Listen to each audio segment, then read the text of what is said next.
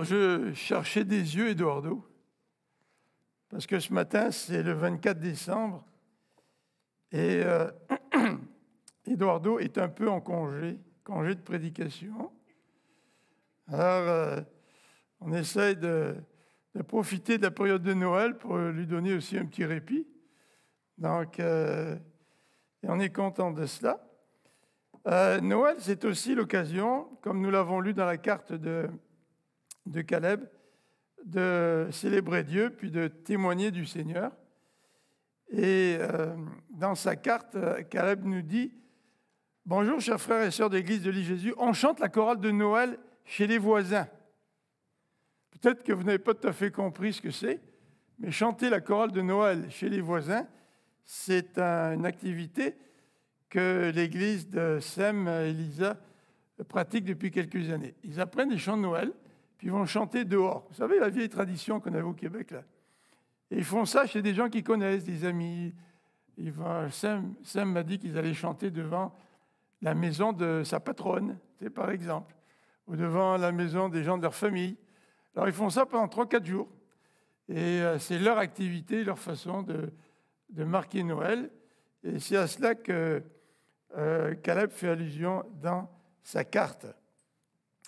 Noël, c'est aussi une occasion spéciale, puisque c'est la naissance d'Emmanuel, en particulier la naissance du papa de Sem, Emmanuel Pierre, demain, son anniversaire.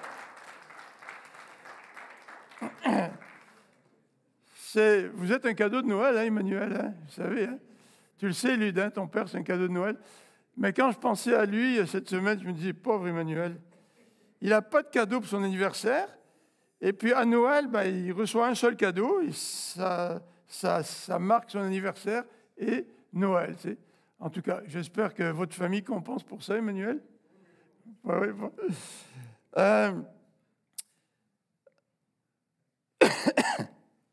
Ça se peut que pendant l'enseignement ce matin, je tousse parce que j'ai eu une sinusite il y a quelque temps, puis là, ça se met en toux sèche. Alors cette nuit, j'ai fait un bon concert de musique à ma femme, puis s'il est un peu endormi ce matin, il faut lui pardonner, parce que je l'ai empêché de dormir.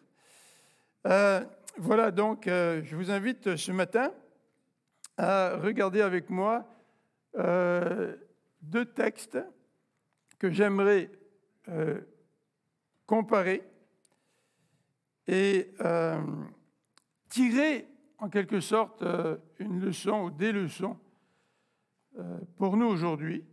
Comme je l'ai dit tout à l'heure, Noël, c'est une occasion où Dieu veut nous interpeller. Alors bien souvent, l'être humain fait la sourde oreille. Il n'écoute pas quand Dieu veut interpeller. Mais j'espère que nous, ce matin, nous allons écouter quand Dieu veut nous interpeller, et notamment à l'occasion de Noël. Je pense que Dieu veut nous parler. Il veut nous parler évidemment à chaque jour de notre vie. Il veut nous parler à l'occasion de fêtes spéciales. Mais je pense aussi qu'il veut nous parler ce matin. Roger, je suis content de te voir. Roger, tu es à l'hôpital il y a combien, une semaine? 2 semaines? 3 semaines. Là, tu respires mieux. Tu es un nouvel homme. On est content que ça va bien. Voilà. Alors, ce matin, donc, j'aimerais lire dans Luc au chapitre 1er. Et je vous invite à ouvrir vos Bibles dans Luc au chapitre 1er. Et j'aimerais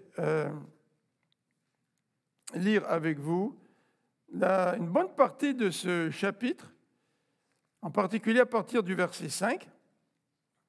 Mais on va le lire en 2 temps, puisque nous allons tout d'abord regarder l'apparition de l'ange Gabriel à Zacharie. Et ensuite, en deuxième partie, nous allons regarder l'apparition de l'ange Gabriel à Marie. Or, ces 2 événements qui portent certaines similarités, mais qui contiennent aussi des différences. Alors, j'aimerais donc donner comme titre ce matin à cette méditation 2 apparitions, mais 2 réactions. 2 réactions différentes. Luc, chapitre 1er, à partir du verset 5. Il y avait à l'époque où Hérode était roi de Judée, un prêtre nommé Zacharie, qui appartenait à la classe sacerdotale d'Abia. Sa femme était une descendante d'Aaron. Marquez que tous les 2 sont descendants d'Aaron. Ils font partie d'une famille de prêtres. Elle s'appelait Élisabeth. Tous deux étaient justes aux yeux de Dieu et observaient tous les commandements et toutes les lois du Seigneur de façon irréprochable. Ça, c'est une belle carte de visite, n'est-ce pas? Verset 7. Ils n'avaient pas d'enfants, car Élisabeth était stérile et tous les deux étaient déjà très âgés. Un jour, Zacharie assurait son service devant Dieu. C'était le tour de sa classe sacerdotale. Suivant la coutume des prêtres, il avait été désigné par le sort pour entrer dans le sanctuaire du Seigneur et y offrir l'encens. À l'heure de l'offrande des parfums, toute la multitude du peuple se tenait en prière à l'extérieur. Tout à coup, un ange du Seigneur lui apparut, debout, à droite de l'autel des parfums. Quand Zacharie le vit, il en fut bouleversé et la peur s'empara de lui. Mais l'ange lui dit, « N'aie pas peur, Zacharie, car Dieu a entendu ta prière. Ta femme Élisabeth te donnera un fils, tu l'appelleras Jean. Il sera pour toi le sujet d'une très grande joie, et beaucoup de gens se réjouiront de sa naissance. Il sera grand aux yeux du Seigneur, il ne boira ni vin, ni boisson alcoolisée. Il sera rempli de l'Esprit Saint dès le sein maternel. Il ramènera beaucoup d'Israélites au Seigneur leur Dieu.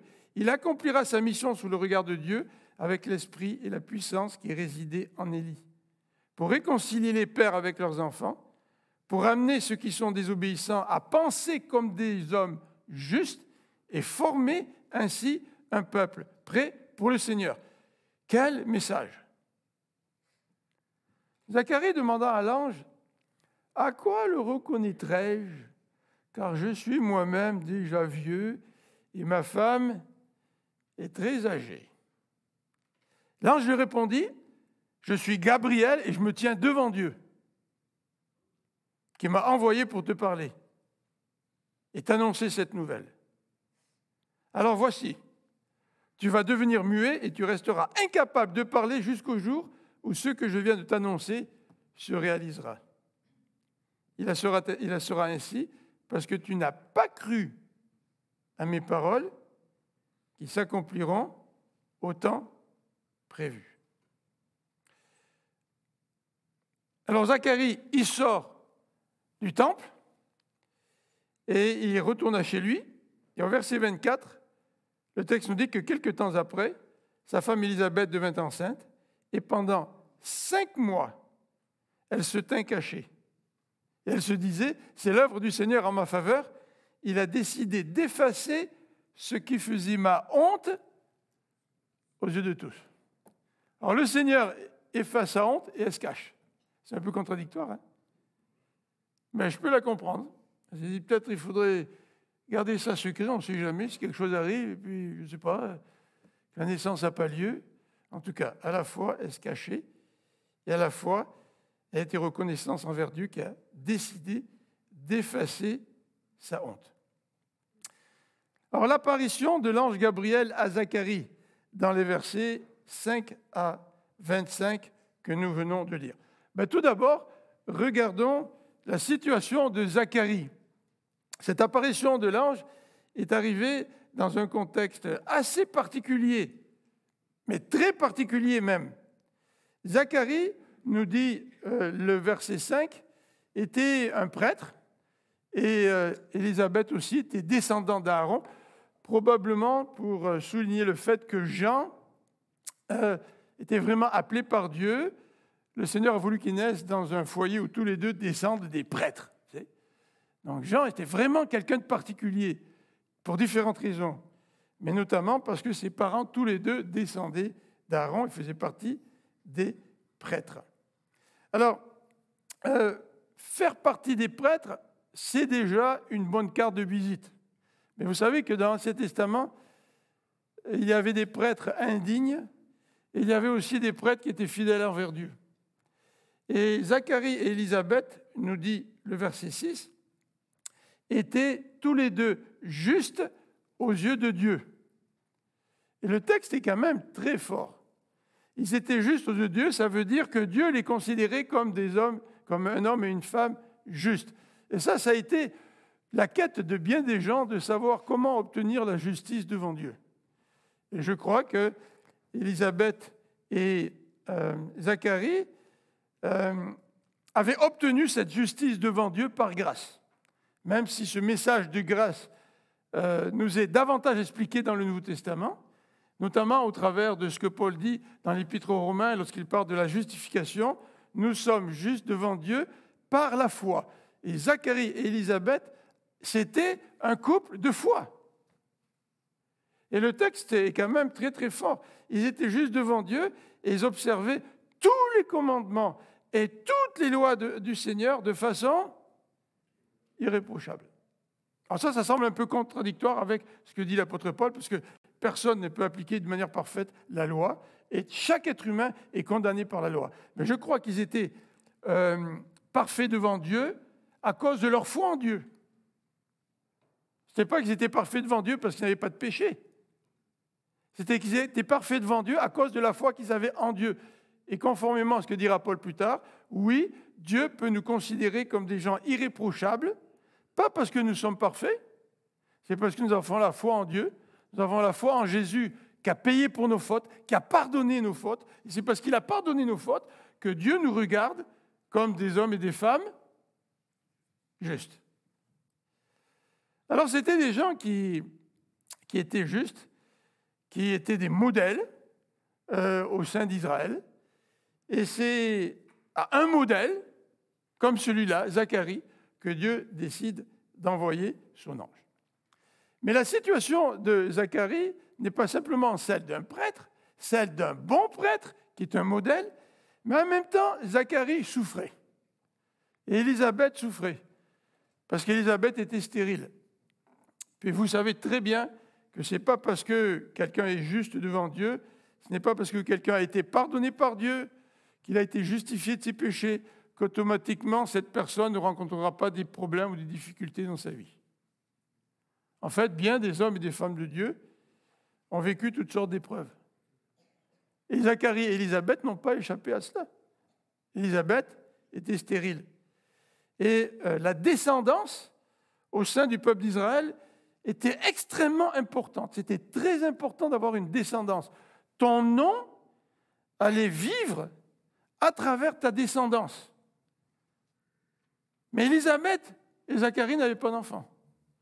Et c'est pour ça que dans la société à l'époque, ne pas avoir d'enfants, c'était plutôt un signe négatif. Un signe qui démontrait que tu n'avais pas nécessairement reçu la faveur de Dieu. C'était humiliant de ne pas avoir d'enfants. C'était une blessure que les parents devaient porter tout au long de leur vie. Alors remarquons, comme je viens de le souligner, que ce n'est pas parce que Dieu considère des gens justes que ces gens-là seront exempts de tout problème, de toute épreuve ou de toute difficulté dans leur vie. Donc voilà un petit peu la situation de Zacharie. Et l'ange apparaît à Zacharie alors qu'il est de service. C'est ce que le texte nous dit dans les versets 8 à 17. Et les circonstances sont des circonstances un petit peu particulières. Souvent, lorsque Dieu intervient dans la vie de quelqu'un, Dieu va intervenir au travers de circonstances particulières. Il va se révéler, il va se montrer au travers de circonstances particulières et bien souvent au travers d'épreuves, au travers de la souffrance. Je pense à l'Ancien Testament. Dieu a décidé d'intervenir au sein du peuple d'Israël alors qu'il était dans l'esclavage. Il a envoyé Moïse. Dieu a décidé d'intervenir pour le peuple d'Israël par l'intermédiaire de Gédéon. Mais c'était une période sombre.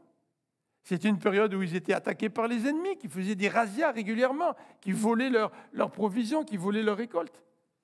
Et au travers de toute l'histoire du peuple d'Israël, nous voyons que bien souvent, lorsque Dieu intervient dans des situations particulières, notamment des situations de souffrance, notamment des épreuves. Et en fait, la venue de Jésus, c'est une venue qui a eu lieu dans une période de l'histoire d'Israël où le peuple souffrait sous l'oppression romaine. Donc Jésus intervient, Dieu intervient souvent dans des circonstances qui nous sont défavorables. Alors ici, le moment où Zacharie est entré dans le temple, l'ange est venu. Donc à la fois Zacharie et sa femme souffraient dans leur situation personnelle, puisqu'ils n'avaient pas d'enfants, mais à la fois c'était tout un privilège pour Zacharie d'aller servir dans le temple. Zacharie faisait partie de la classe des prêtres. Les prêtres étaient divisés en 24 groupes, n'est-ce pas? Il y avait plusieurs milliers de prêtres. Alors, si ton groupe, c'était le 24e groupe, tu ne pouvais pas servir avant que ton tour arrive, avant que le tour de ta classe n'arrive.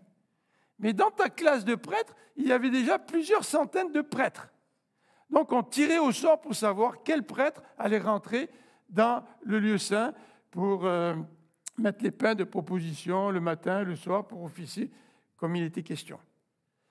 Donc, il y avait tellement de prêtres que bien des prêtres n'ont jamais eu l'occasion de toute leur vie de pouvoir aller officier dans le saint, dans le lieu saint. Et là, à ce moment-là, Zacharie est déjà vieux, tu sais. Puis peut-être Zacharie disait, mon tour ne viendra pas, tu sais.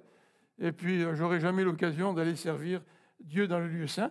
Mais voilà que le sort tombe sur lui. Et que c'est l'occasion pour lui d'aller servir dans le lieu saint. Alors imaginez-vous, mettez-vous à la place de Zacharie, ça doit être formidable, ça. Une expérience extraordinaire, tu sais. C'est comme si le sort tombait sur Eduardo pour qu'il aille prêcher à la télévision devant 10 millions de personnes. Tu sais, puis il y avait une chance sur, je ne sais pas combien que ça lui arrive, hein, Eduardo? Puis quand on est jeune, on pense tous qu'on va être des Billy Graham, là, tu sais. Je ne sais pas si tu as eu ce syndrome, toi, ou toi, Daniel, là. Moi, je rêvais un petit peu de ça quand j'étais petit, tu sais, enfin, quand j'étais plus jeune, là, avant de rentrer dans le ministère pastoral. Mais il y avait très peu de chances que notre ami Zacharie puisse entrer dans le temple. Et pourtant, il se retrouve dans le lieu saint.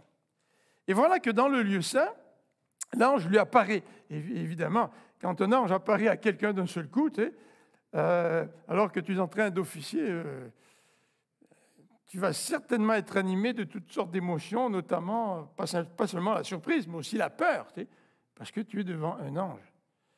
Et l'ange lui apparaît et calme Zacharie en lui disant « N'aie pas peur, Dieu a entendu ta prière. Ta femme te donnera un fils. » Ça a dû le frapper comme si un camion te frappait en pleine face. Tu sais, ça fait des années que Zacharie priait. Le texte ici nous dit que Zacharie priait. Élisabeth priait. Mais là, le temps d'avoir des enfants était passé parce qu'ils étaient trop vieux tous les deux. Et l'ange vient le voir en disant « Écoute, le Seigneur a entendu ta prière. » Alors, tu as deux façons de réagir à cela. Soit tu dis « Merci Seigneur, c'est trop tard. » Ou soit tu dis « Seigneur, tu es en train de faire un miracle pour moi ou quoi ?» Comment est-ce que tu aurais réagi dans cette situation? Comment est-ce que moi j'aurais réagi dans cette situation-là? Et le message comprend certains détails. Regardez quand même ce que le texte nous dit. Il sera pour toi un sujet d'une très grande joie. Et beaucoup de gens se réjouiront de sa naissance. Pas simplement toi, mais aussi beaucoup de gens se réjouiront de la naissance de ce petit-là. Et ce garçon, qui sera appelé Jean, il sera entièrement consacré à Dieu. Il ne boira ni vin, ni boisson alcoolisée. Il sera rempli du Saint-Esprit dès le sein maternel.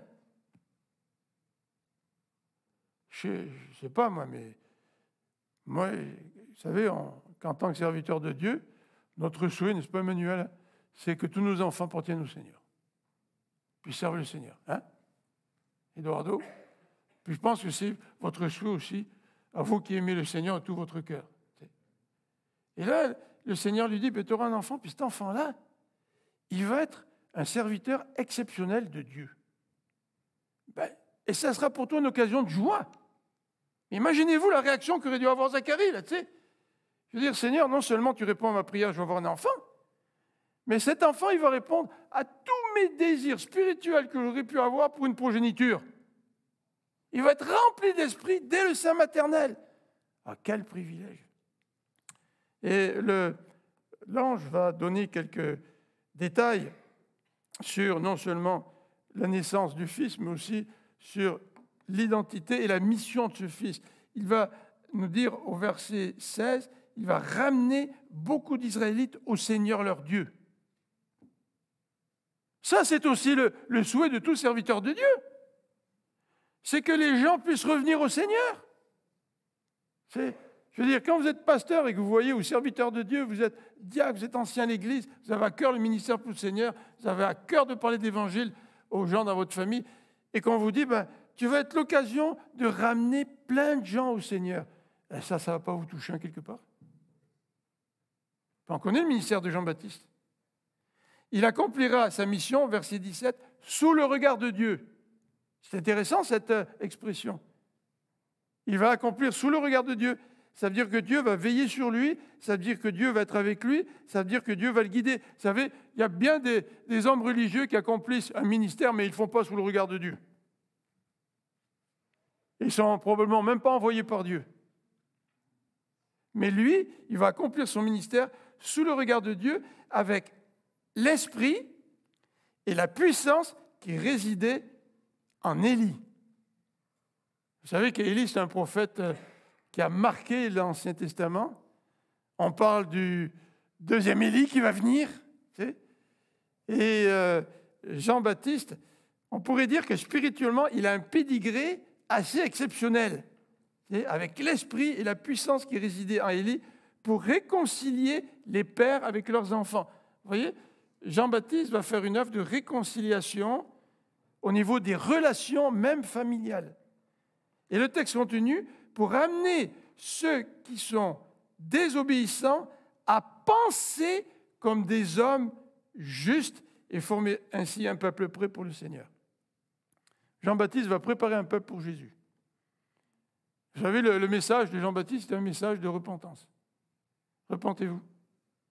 Parce que la repentance, c'est ce qui prépare notre cœur à la venue du Seigneur. Sans repentance, il n'y a pas de sauveur. Il va te sauver de quoi? Tu ne regrettes rien. Il va te sauver de quoi? Tu ne te repens de rien. La repentance, c'est ce regret profond qui nous fait tourner vers le Seigneur en confessant nos fautes et en l'implorant pour que lui puisse agir dans notre vie. Et ça va être le ministère de Jean-Baptiste qui va faire en sorte que son auditoire va devenir obéissant et va penser comme des hommes justes. C'est important de penser comme des hommes justes, penser comme des femmes justes. Ce sont ces hommes et ces femmes qui sont justes, qui pensent comme des justes, qui forment le peuple de Dieu. Alors, si vous voulez savoir si vous êtes chrétien, analysez un petit peu vos pensées. Est-ce que vos pensées sont des pensées d'hommes et de femmes justes? Ou est-ce que vos pensées sont influencées par les valeurs de la société, par les valeurs du monde? Est-ce que votre raisonnement est transformé par le Seigneur? Est-ce que vous pensez comme pensent les membres du peuple de Dieu? Alors voilà un petit peu l'apparition de l'ange dans la situation qui était celle de Zacharie, mais le texte va nous mentionner la réaction de Zacharie. Comment va réagir Zacharie? Au premier abord, au verset 18, Zacharie demande à l'ange, « À quoi vais-je le reconnaître, car je suis moi-même déjà vieux et ma femme est très âgée ?» Si on arrêtait la lecture du texte à ce moment-là, on se dirait, Zacharie, il a une question qui est légitime. Il se demande un petit peu comment les choses vont arriver. Mais vous savez, autant Dieu accepte certaines questions, autant Dieu n'aime pas certaines de nos questions. Job, il a posé plein de questions à Dieu. Dieu ne l'a pas rejeté pour autant. Par contre, il lui a appris quelque chose. Il lui a appris qu'il était souverain. Il lui a appris que Dieu ne donne nécessairement pas des réponses à toutes nos questions. Mais ici, la question de Zacharie est une question d'après le verset suivant, c'est-à-dire les versets 19 et 20, c'était une question qui était le fruit d'une incrédulité. Autant nous pouvons poser des questions à Dieu qui sont sincères, mais qui viennent d'un cœur prêt à lui obéir, des questions qui reflètent peut-être notre incompréhension vis-à-vis de certaines choses. Et Dieu, si il le juge bon, va répondre à nos questions. Autant une même question peut être le fruit d'un cœur rebelle et désobéissant, comme c'était le cas de Zacharie. Et l'ange va prononcer sa sentence au verset 19 et 20. Il va lui dire, « Moi, Gabriel, je me tiens devant Dieu. » Hey Zacharie, sais-tu à qui tu poses ce genre de questions? Une question qui est suscitée par un cœur incrédule. Tu sais que moi je suis envoyé de Dieu, je me tiens devant Dieu, c'est lui qui m'a envoyé pour te parler, pour t'annoncer cette nouvelle, et toi tu réponds avec incrédulité. Et c'est la raison pour laquelle, au verset 20, l'ange va poser une sentence, tu vas devenir muet, tu resteras incapable de parler jusqu'au jour où je viendrai, où ce que je viens de t'annoncer se réalisera. Il en sera ainsi parce que tu n'as pas cru à mes paroles qui s'accompliront au temps prévu. Ce qui est surprenant dans la vie de Zacharie, c'est que Zacharie a manqué de foi alors qu'il nous est décrit comme quelqu'un qui est juste, qui obéit à tous les commandements de Dieu et qui est irréprochable dans sa marche avec Dieu. Surprenant. Contradictoire, non. Quand on regarde que la justice de Dieu nous est donnée, quand on regarde que nous sommes justifiés par notre foi en Jésus-Christ, ça ne veut pas dire que nous sommes parfaits. Zacharie fait preuve d'incrédulité après que le texte biblique nous ait donné un si beau témoignage de vie spirituelle de Zacharie et d'Élisabeth. Maintenant, le texte continue et on va lire ensemble à partir du verset 26, la deuxième apparition de l'ange, toujours le même ange, qui est apparu à Marie. Donc, verset 26. 6 mois plus tard, Dieu envoya l'ange Gabriel dans une ville de Galilée appelée Nazareth, chez une jeune fille liée par fiançailles à un homme nommé Joseph, un descendant de David. Cette jeune fille s'appelait Marie. L'ange entra chez elle et lui dit « Réjouis-toi, toi à qui Dieu a accordé sa faveur, le Seigneur est avec toi. » Marie fut profondément troublée par ces paroles. Vous voyez, il y a des parallèles avec les deux textes. Elle se demandait ce que signifiait cette salutation. L'ange lui dit alors « N'aie pas peur, Marie, car Dieu t'a accordé sa faveur. Voici, bientôt tu seras enceinte et tu mettras au monde un fils, tu le nommeras Jésus. Il sera grand, il sera appelé fils du Très-Haut, et le Seigneur lui donnera le trône de David, son ancêtre. Il régnera éternellement sur le peuple issu de Jacob, et son règne n'aura pas de fin. » Marie dit à l'ange, « Comment cela se fera-t-il puisque je suis vierge ?» L'ange lui répondit, « L'Esprit Saint descendra sur toi, et la puissance du Dieu Très-Haut te couvrira de son ombre. C'est pourquoi le saint enfant qui naîtra de toi sera appelé fils de Dieu. Vois, ta parente Élisabeth attend elle aussi un fils, malgré son grand âge. On disait qu'elle ne pouvait pas avoir d'enfant. Et elle en était à son 6e mois, car rien n'est impossible à Dieu. Alors Marie répondit, « Je suis la servante du Seigneur, que tout ce que tu m'as dit s'accomplisse pour moi. » Et l'ange la quitta. Alors regardons ensemble, en suivant un petit peu le même ordre que le texte précédent, la situation de Marie. Tout d'abord, le verset 26 nous dit, verset 26 et 27, verset nous dit qu'elle vient de Nazareth. Nazareth, ce n'était pas Jérusalem, les amis. Et au début de l'évangile de Jean, un des disciples a dit ceci, « Est-ce qu'il y a quelque chose de bon qui peut venir de Nazareth ?» L'ange Gabriel apparaît à quelqu'un qui est bien moins important que ne l'était Zacharie. Zacharie qui était à Jérusalem, Zacharie qui servait dans le temple, Zacharie qui était un prêtre. Il apparaît à une jeune fille qui vient de Saint-Glinglin, quelque part au nord de la Palestine. Tu sais. Et cette jeune fille, nous dit le verset 27, elle était liée par fiançailles à un descendant de David qui s'appelait Joseph. Alors vous savez, la situation de Marie et de Joseph était une situation extraordinaire. Ils devaient être remplis d'espoir. Et ils avaient des plans de mariage. Ils devaient probablement préparer déjà la cérémonie de mariage. Parce que les fiançailles, à l'époque, c'était un engagement. Donc les fiançailles, tu ne brisais pas des fiançailles une fois que tu étais fiancé. Les fiançailles, c'était une étape vers le mariage. Et là, l'ange de l'Éternel vient faire une annonce à Marie qui va bouleverser tous ses plans. Et qu'est-ce qui se passe là? Qu'est-ce qu'il va dire Joseph? J'ai lu un petit livre qui a été écrit par un pasteur qui est de France, qui vient d'être publié, sur justement Joseph. Et c'est un livre un petit peu poétique, et qui raconte que Joseph était en train de travailler dans la construction. Il était en train de bâtir une charpente, puis Marie vient le voir et dit « Joseph, j'ai quelque chose à te dire, descends de là-haut. » tu sais.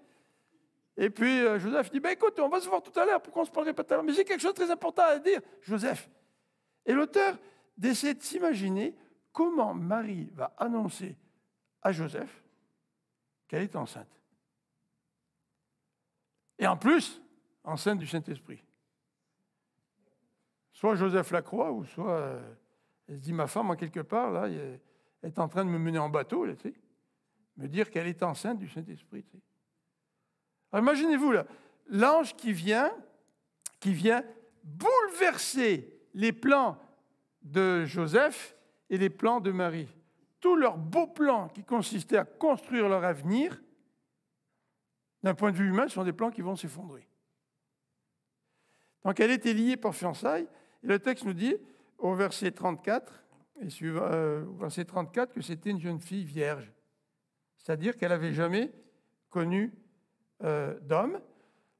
Et on pense, les théologiens pensent que c'est une jeune fille qui devait avoir entre 12 et 14 ans. Vous savez, Noël, c'est quand même extraordinaire, hein? Parce que Noël met en scène certains personnages qui peuvent nous surprendre à bien des égards. Zacharie nous a surpris, lui qui était un témoin extraordinaire, fidèle et tout, puis qui fait preuve d'incrédulité. Mais cette jeune fille, 12 ans, entre 12 et 14 ans, est-ce que Dieu peut intervenir dans la vie de quelqu'un qui a 12 ou 14 ans? Est-ce que Dieu peut manifester ses plans à travers quelqu'un, entre guillemets, d'insignifiant, qui vient d'une ville du Nord, là, qui n'est pas très importante? Est-ce que quelqu'un peut venir dans la vie de personnes aussi jeunes que 10, 12, 14 ans, même des fois plus jeunes? Oui, le Seigneur peut intervenir dans la vie de chacun d'entre nous, quel que soit notre âge. Et Noël, c'est aussi le rappel de cela. Dieu intervient dans la vie de ceux qui sont peut-être délaissés dans la société, de ceux qui sont peut-être les plus humbles dans la société. Dieu peut intervenir dans leur vie et accomplir son plan au travers de toi, au travers de moi, au travers de chacun d'entre nous, quelle que soit notre situation. Alors, le verset 28 nous présente l'apparition de l'ange. Nous avons cette salutation, versets 28 à 30. Réjouis-toi, Marie. L'ange appelle Zacharie et Marie à se réjouir. Toi qui Dieu a accordé sa faveur. Le Seigneur est avec toi. Ça, c'est toute une salutation. Hein. Le Seigneur est avec toi. Avec moi? Ah, j'ai 12 ans, moi. Moi, je suis qui, là? Je suis un nobody, là. Ah, en plus, je viens de Nazareth. Mais le Seigneur est avec toi. Vous savez, quand le Seigneur est avec vous, ça change complètement votre vie, ça change complètement la situation dans laquelle vous vous trouvez. Ça ne va pas l'effacer, mais ça change. Tu ne vis plus ta situation comme avant. Il y a un élément différent qui vient bouleverser ta vie. C'est la présence du Seigneur. Le Seigneur est avec toi. Hein? C'est le sens d'Emmanuel. Dieu avec nous. Si nous savons écouter Dieu et le recevoir dans notre vie, ça change tout. Ça change tout dans notre vie. Ça ne change peut-être pas les situations. J'habiterai toujours dans la même ville. Je serai toujours le fils de mes parents. J'aurai peut-être toujours le même métier. J'aurai peut-être toujours les mêmes voisins qui me cassent les pieds. Et j'aurai peut-être toujours les mêmes problèmes. Mais Dieu est avec nous. Et à cause de cela, tout change. Nos perspectives changent. Et Dieu peut changer ta vie, quel que soit ton âge. Ça, c'est ce que ce texte nous rappelle. Alors, elle est troublée, cette Marie. Et l'ange lui dit, écoute, n'aie pas peur. Et il lui répète, Dieu t'a accordé sa faveur. Elle, la faveur de Dieu. C'est Dieu qui va accorder sa faveur à chacun d'entre nous, quel que soit notre âge, que nous soyons petits ou grands, filles ou gars, quel que soit notre arrière-plan, notre race, notre intelligence ou nos limites. Que Dieu nous accorde sa grâce. Ça, c'est fantastique. Et ça, c'est le message de Noël. C'est que Dieu nous accorde sa grâce. Il faut qu'il nous aime pour nous accorder sa grâce. Nous qui ne la méritons pas, là, Dieu nous fait grâce. Et il fait grâce à cette jeune fille. Oh, mais Seigneur, écoute, moi, je n'ai jamais connu d'homme, je suis fiancé, tu me dis que je vais être enceinte, c'est ça ta grâce? Moi, j'aimerais une autre grâce, Seigneur. J'aimerais que tu nous aides à choisir du bon vin pour notre mariage. Parce que c'est important, ça vous rappelle aux noces de Cana, c'est important d'avoir du bon vin. Puis Seigneur, j'aimerais que tu nous aides à savoir qui on va inviter là, pour notre mariage. Ça, j'aimerais ça, ce genre de grâce, parce que ça correspond à ce que moi, j'identifie comme étant un besoin. Tu sais. Mais non, la grâce de Dieu, elle est bien plus grande que cela. Vous vous rendez compte, la grâce du Dieu créateur de l'univers, celui qui a créé les étoiles, qui a créé les galaxies, celui qui est en dehors de toute cette immensité, que ce Dieu-là nous accorde sa grâce. Il veut te la donner, sa grâce. Il veut la donner à chacun d'entre nous. Alors, une fois que cet ange est apparu à Marie et qu'il l'a saluée, il va donc lui parler de la naissance d'un fils qu'il va identifier. Il va parler donc de l'identité de ce fils et de la mission de ce fils. Tu vas l'appeler Jésus, ça veut dire sauveur. Il sera grand, il sera appelé fils du Très-Haut. À la fin de notre passage, il nous dit clairement que c'est le fils de Dieu. Tu vas donner la naissance au fils de Dieu. Et ce fils de Dieu va régner pour l'éternité. Voilà l'identité et la mission de ce fils. Alors regardons rapidement la réaction de Marie, parce que Marie va aussi poser une question. Mais maintenant, on est un petit peu au courant des questions que nous pouvons poser à Dieu. Tu sais.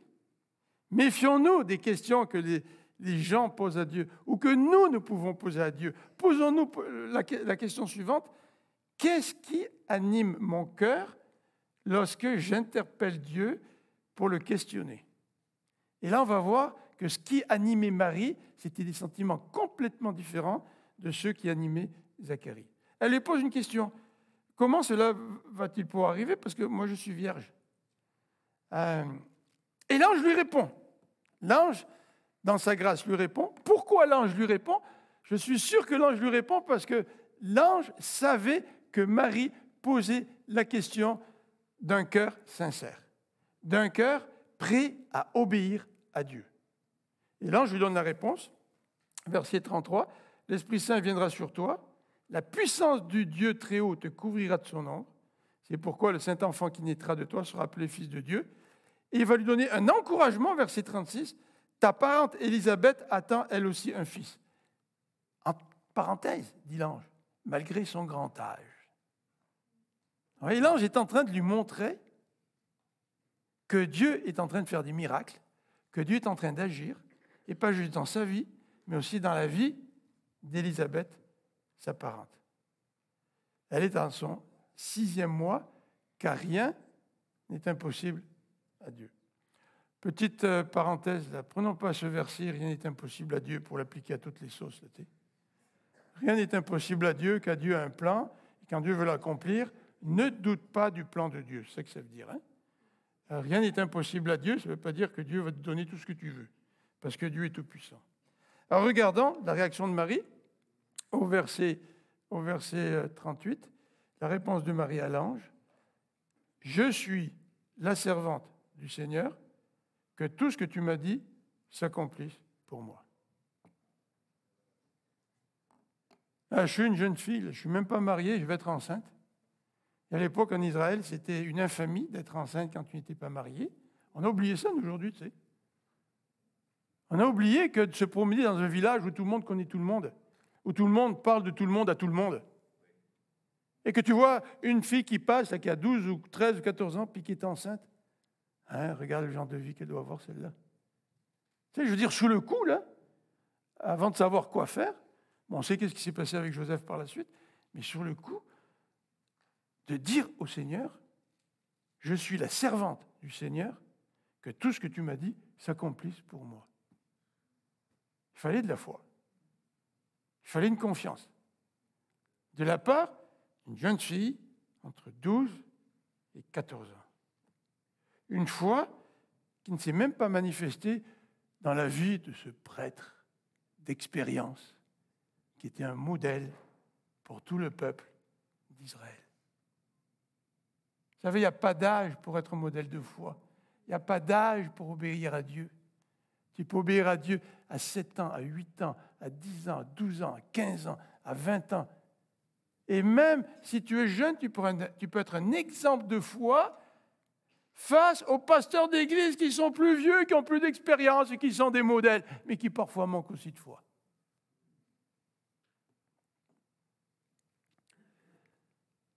comment réagissons-nous à la venue de Jésus? Noël, c'est la venue de Jésus. Ce n'est plus l'apparition de l'ange à Zacharie ou l'apparition de l'ange à Marie. Mais Noël, c'est Jésus qui vient. Il veut venir à nous. Il veut apparaître dans nos vies. Il veut rentrer dans notre vie. Et juste pour faire un petit rappel, vous le savez certainement, de notre situation aujourd'hui, qui est aussi terrible que celle des Juifs au temps de Jésus, qui était dominée par les Romains, écrasée par les Romains. Mais notre monde aussi aujourd'hui est écrasé par toutes sortes de tragédies. C'est tragique. Tragique ce qui se passe au Proche-Orient. Tragique ce qui se passe en Ukraine. Et sans mentionner les autres conflits qui se passent ailleurs. Tragique de voir comment les leaders du monde mènent leur propre peuple, comment ils abusent de leur peuple, comment ils font souffrir leur propre peuple. Ce n'est pas parce qu'au Canada, on a un système démocratique que ce genre de souffrance n'existe plus dans le monde. Vous savez que l'Europe est en train de déchanter. L'Europe qui pensait qu'en faisant du commerce avec toutes sortes de pays, on va pouvoir amadouer les dictateurs de ce monde et pouvoir maintenir une certaine paix sur notre planète. On déchante aujourd'hui. Et on déchantera encore. Parce que le Seigneur a dit qu'on entendra parler de bruit de guerre, puis qu'il y aura des guerres avant son retour. Et notre monde a besoin de cette rencontre avec Jésus. Nous avons besoin de la rencontre avec Jésus. Quelle est ta situation à toi dans ta vie? Quel est ton défi? Quelles sont tes souffrances? Quels sont tes problèmes? Les problèmes que tu n'arrives pas à résoudre. Aurais-tu besoin de rencontrer Dieu dans ta vie? Aurais-tu besoin que le Seigneur vienne à toi à l'occasion de Noël cette année? La venue de Jésus, c'est l'incarnation. C'est-à-dire, c'est Jésus qui naît homme. C'est Dieu qui naît homme. 100% Dieu, 100% homme. Moi, je n'arrive pas à bien comprendre ça. Des fois, je m'imagine Jésus, petit bébé. Jésus, il faut changer la couche. Vous savez, tous ces éléments pratiques là, que vous vivez quand vous avez un enfant. Puis vous, les gars, qui voulez vous boucher le nez parce que ça sent trop mauvais, tu sais, pour changer la couche du petit. Tu sais, je veux dire, toute cette humanité, Jésus l'a vécu pleinement. Il était 100% homme, mais il était 100% divin. Et ce Jésus, il est venu pour mourir sur la croix, pour pouvoir vaincre la mort et vaincre le péché. Et ce Jésus veut nous attirer à lui. Noël, c'est le message de la venue de Jésus. Mais Noël, c'est plus que ça.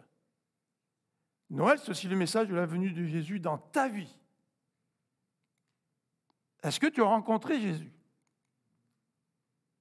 Est-ce que tu as ouvert ta vie à Jésus? Jésus veut t'attirer à lui. Il est venu pour nous attirer à lui, pour que nous puissions trouver de l'espoir, pour que nous puissions trouver le pardon, pour que nous puissions trouver la paix dans un monde qui est tellement en effervescence, un monde en conflit, un monde marqué par la haine, les injustices et les abus de toutes sortes. Quel est aujourd'hui, le 24 décembre 2023, il ne faut pas que je me trompe dans les dates, quelle est notre réponse à la venue de Jésus? Parce que Jésus aujourd'hui nous interpelle, comme l'ange a interpellé Zacharie et Marie. Jésus aujourd'hui nous interpelle. Vous savez ce que Jean a dit? La lumière est venue dans ce monde et son peuple n'a même pas reçu. Le monde ne veut pas recevoir Jésus dans leur vie. Ils ne veulent pas recevoir ce Dieu dans leur vie.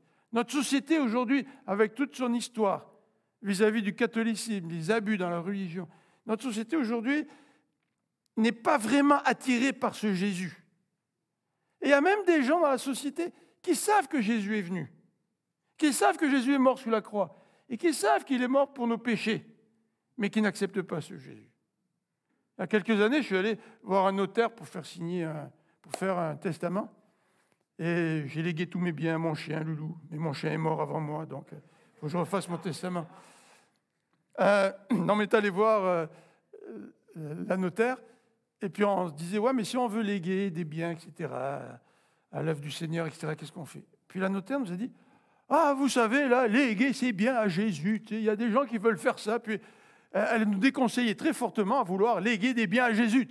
Parce que je me suis dit, oh, elle a eu des clients qui étaient chrétiens, qui voulaient léguer des biens à Jésus. Puis elle n'a pas dû trouver ça très, très positif. Il y a des gens qui connaissent certaines choses, mais qui refusent de rencontrer Jésus et de l'accepter dans leur vie.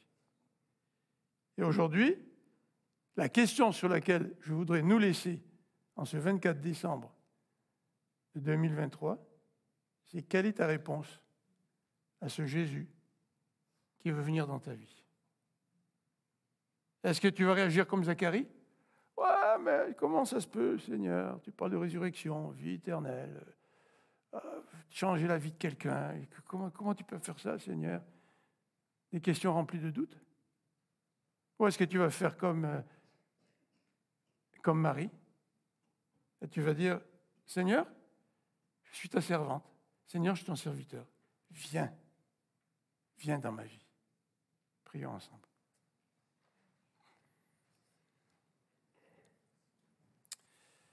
Et pendant la prière, je voudrais demander aux musiciens de bien vouloir monter sur l'estrade, s'il vous plaît.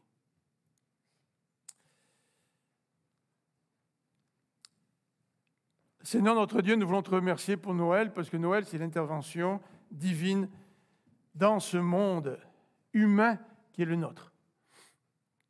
Tout d'abord, c'est l'ange qui intervient dans la vie de Zacharie, c'est l'ange qui intervient dans la vie de Marie. Mais c'est aussi Dieu qui se fait homme, qui devient un bébé, pour pouvoir nous sauver, pour pouvoir nous pardonner de nos fautes, pour pouvoir nous donner la vie éternelle, pour que nous puissions devenir enfants de Dieu. C'est pour ça que tu es venu, Seigneur.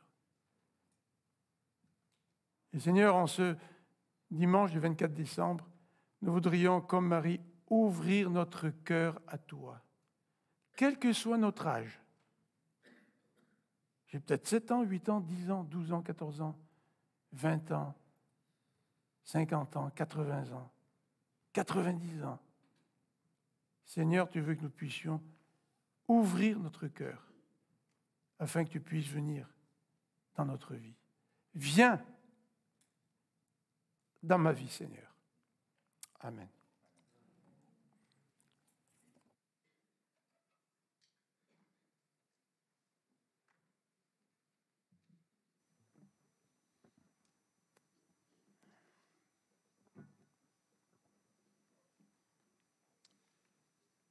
Je vous invite à vous lever. On va terminer par 2 chants de Noël. Et puis, je voudrais vous inviter à les chanter de tout votre cœur. Alors, j'aimerais tellement vous inviter à chanter pour qu'on n'entende plus l'orchestre. Ce serait extraordinaire, ça. Je ne sais pas si un tel miracle va arriver.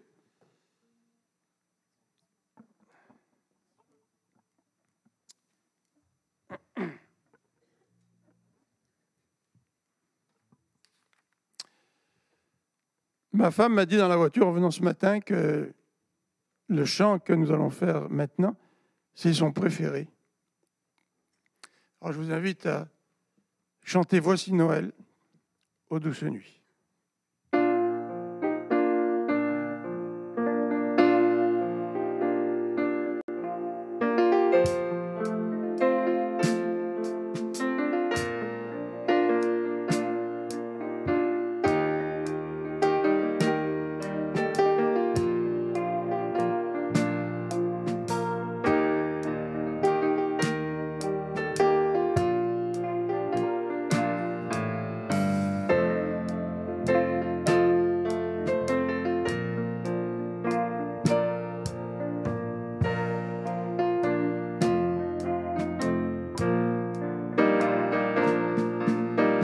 Voici Noël, ô douce nuit, l'étoile est là, qui nous conduit. Allons donc tous avec les mages, porter à Jésus nos hommages.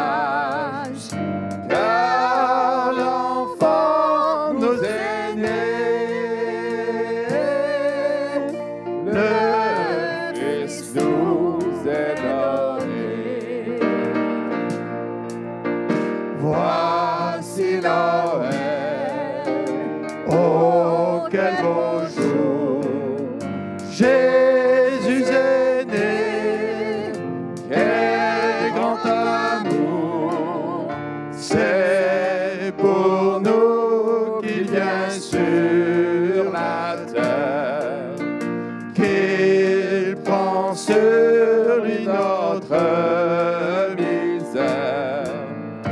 Un sauveur nous est né,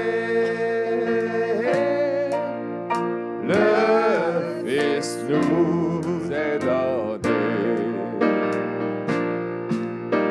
Voici Noël, à d'un seul cœur, joignons nos voix au divin cœur qui proclame au ciel les louanges de celui qu'annoncent les anges. Oui, l'enfant nous est né, le Fils nous est donné.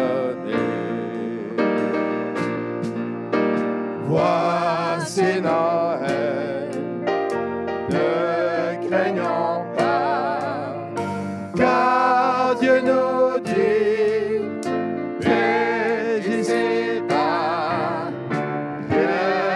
bienveillance envers tous les hommes, pour nous aussi tels que nous sommes.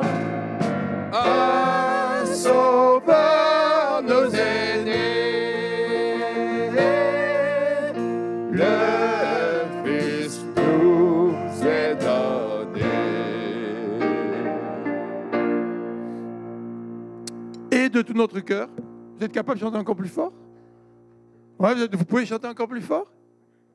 Ouais, il n'y a pas beaucoup de réponses. Est-ce que vous pouvez chanter plus fort? Non, c'est pas très, c'est trop faible ça. Est-ce que vous pouvez chanter plus fort?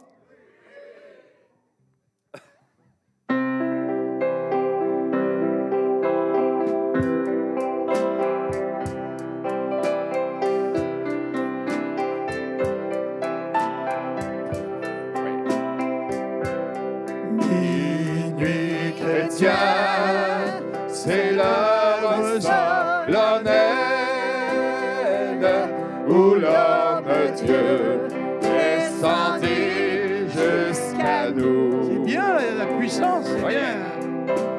Pour effacer la tâche originelle et de son père arrêter le courroux. Le monde entier tressaille d'espérance à cette nuit qui lui donne un sauveur. Peuple à genoux, attends ta délivrance. Noël, Noël, voici le Rédempteur. Noël, Noël, voici le Rédempteur. Le Rédempteur a brisé toute entrave. La terre est libre et le ciel est ouvert. Il voit un frère où n'était qu'un esclave. L'amour uni ce qu'enchaînait le fer, qui lui dira notre reconnaissance.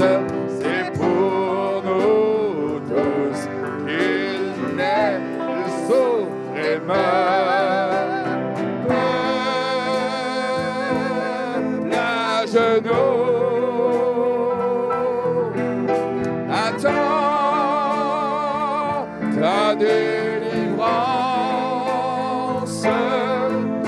Noël, Noël, voici ton Rédempteur. Noël, Noël, voici ton Rédempteur. De notre foi, que la lumière ardente nous guide tous au berceau de l'enfant. Comme autrefois, une étoile brillante y conduisait les chefs de l'Orient. Le roi des rois est dans la dépendance, en lui confond toute humaine grandeur. Peuple debout, chante sa délivrance. Noël, Noël, chantons le Rédempteur. Noël, Noël, chantons le Rédempteur.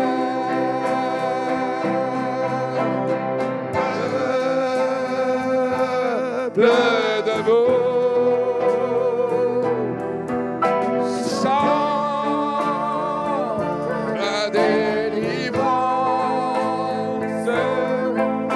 Noël, Noël, chantons le Rédempteur. Noël, Noël, chantons le Rédempteur.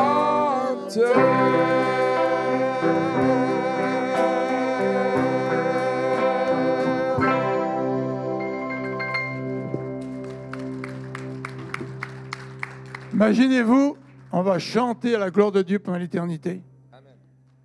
Et vous savez très bien chanter. Bon Noël à chacun d'entre vous. Que Dieu vous bénisse.